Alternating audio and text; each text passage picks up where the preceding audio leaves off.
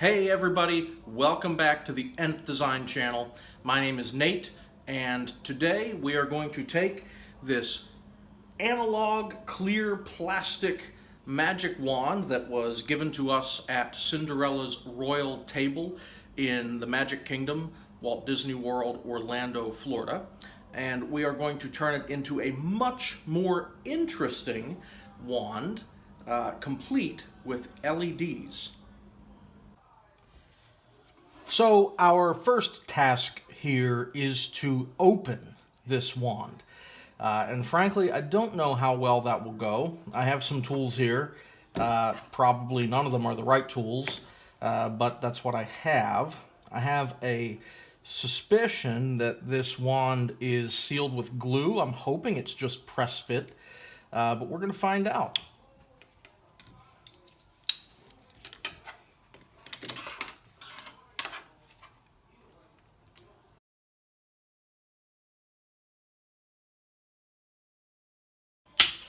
There we go. We are getting close.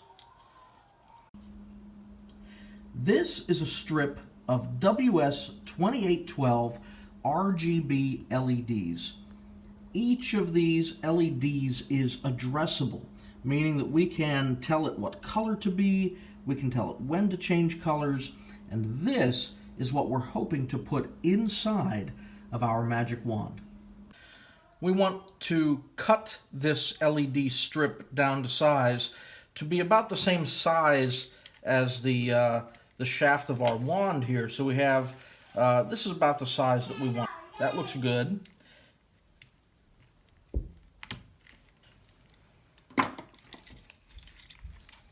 And now we're just going to go right to that cut line and trim. Might have to do it from both sides.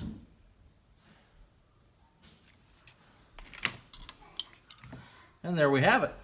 Now, you can imagine what we're going to do here. We're going to take this strip of LEDs, and it's just going to go on inside our wand like that. And we'll have some other electronics, probably an Arduino Pro Mini and a battery of some sort that live down here.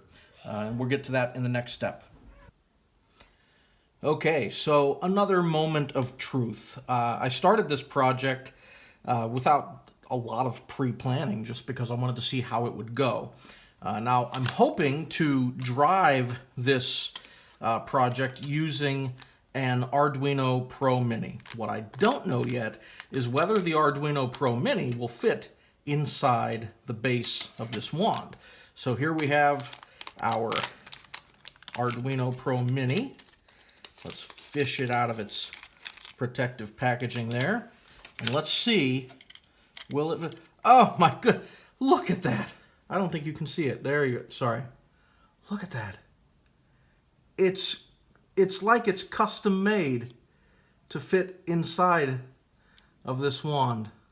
Okay, next we need to cut and strip some wire that we will use to make our connections between the Arduino and the LED strips and a couple other connections as well. So we're going to choose about this long of a cable to make. We're going to take this and strip the ends about 1 centimeter, roughly.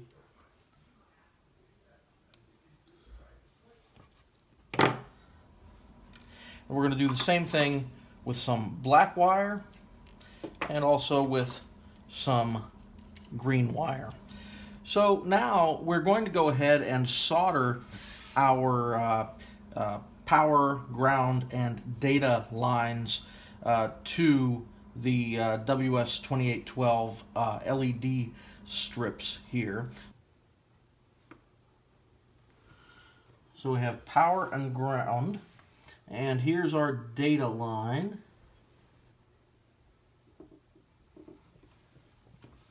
Okay.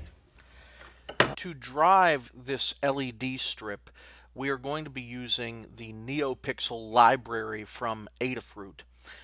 If you are using a newer version of the Arduino IDE, here I'm using version 1.8.5, installing that library is incredibly easy.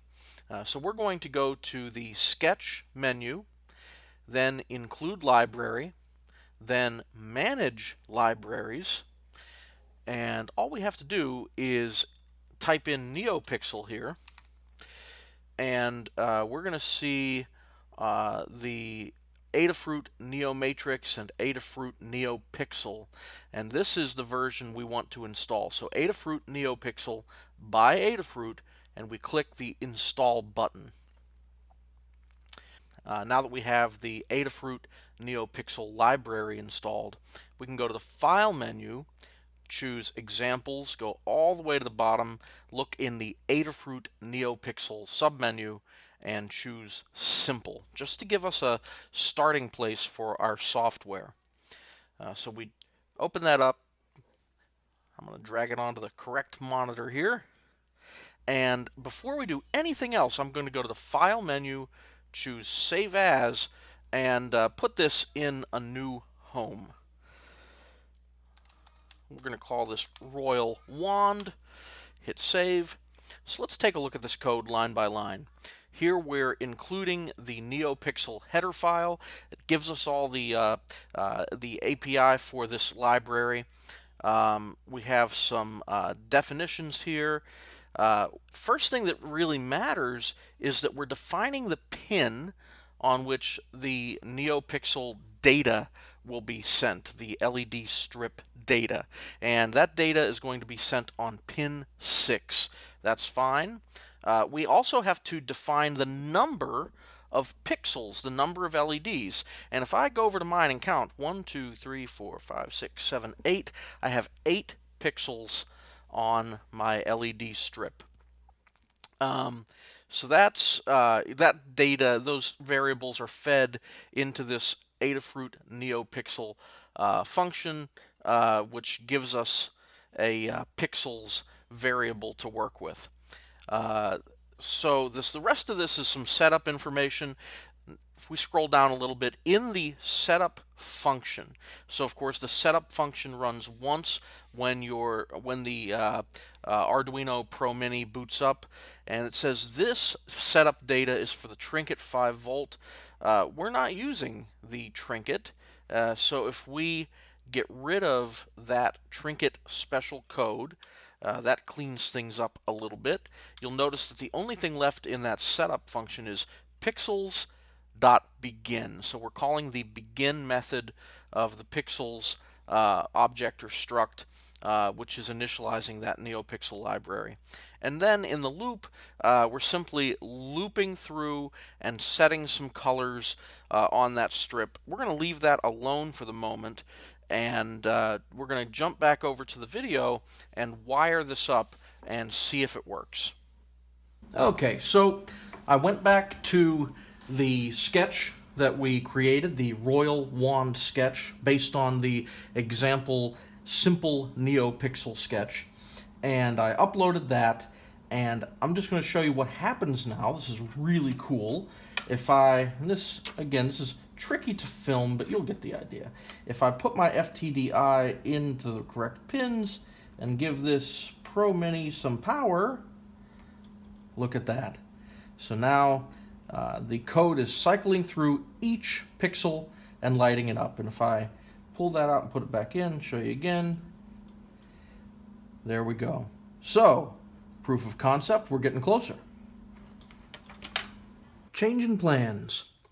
Instead of making this battery powered, we're going to use one of these handy USB connectors, which will give our circuit exactly the 5 volts it needs and bypass a lot of frustration using batteries and boost regulators, all sorts of things.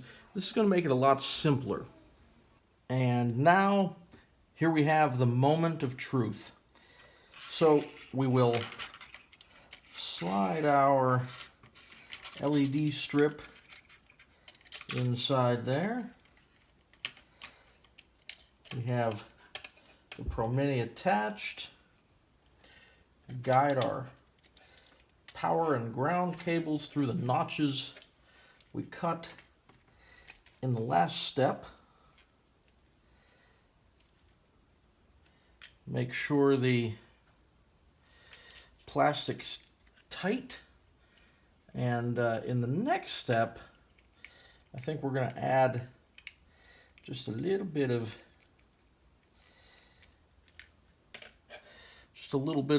glue to hold this down.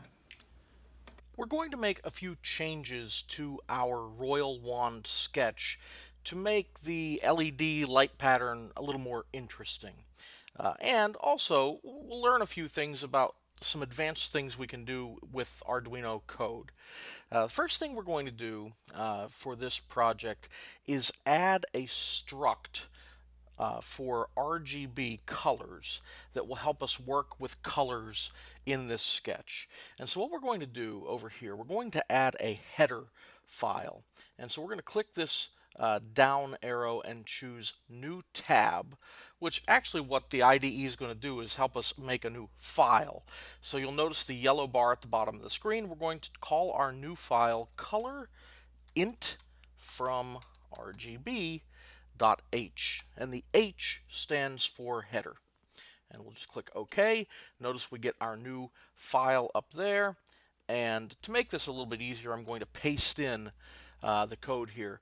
We're going to create a struct. Those of you familiar with programming, think of it like an object that only has properties. And so in this RGB struct, there is a byte variable called R, another one called G, and another one called B. As you can imagine, these are 0 to 255 values for red, green, and blue. The other thing that we're adding here is a function template for a function called colorIntFromRGB. It will return an unsigned int 32, and it takes an RGB color RGB value. Again, this is that struct we just created. And it takes an integer value for brightness, and we'll get back to that later. So going back to our sketch, the next thing that we need to do while we're here at the top of the screen, we created that colorIntFromRGB header file, and now we have to include it. So we're going to go ahead and include colorIntFromRGB. The next thing that we're going to do is define how many colors we want our wand to display. So as we're making definitions up here, we're going to define num colors, and we'll just set that to 4. As we go a little down farther, since we said, hey, we're going to have 4 colors, we're going to create an array called wand colors, and we're going to instantiate it with 4 slots or 4 indexes. The next thing we're going to do is create a variable to hold brightness information. And so we're going to go down here and add int brightness, currently equal to 0. We'll use this value later. And then finally, while we're here at the top, our delay value, we're going to set that to 100 milliseconds. We'll talk more about that in a few minutes. Now we move on to the setup. Currently our setup is very simple. We just call the begin method on our pixels object for the NeoPixel LED strip. We're going to do one other thing here in the setup. We are going to instantiate the 4 colors in our wand colors array. So we have wand colors index 0, 1, 2, and 3, and these take, we're going to store an RGB value here. And so here we have yellow, green, blue, and red. Just 4 colors I chose. Next, we move on to the loop. We're actually going to get rid of everything that we had before, so we'll just clear that out.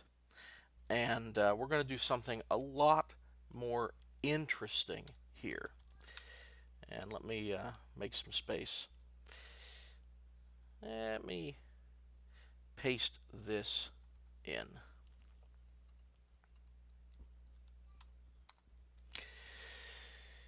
So I want to come back to that. I want to do one more thing before we take a look at that.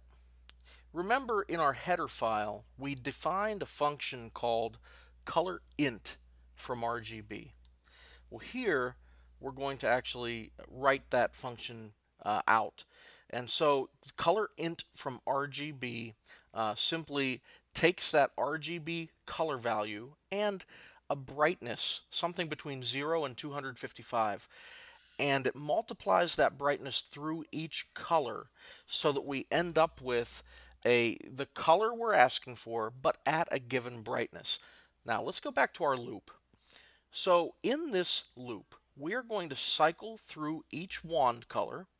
So cycle through yellow, green, blue, red, and then we're going to define a bright pixel that will move up the wand. And as it moves up the wand, it will leave behind it a trail of slightly more dim pixels. And for each spread across that wand, we're going to call the pixels.show method, which will essentially write those color values to each pixel on our LED strip. And we're going to call this delay in between each cycle there so that it's not too fast. We want to be able to see what's happening. And this is a really cool effect. We're going to go ahead and upload this to the Arduino Pro Mini, and we'll show you what it looks like in the next section of the video.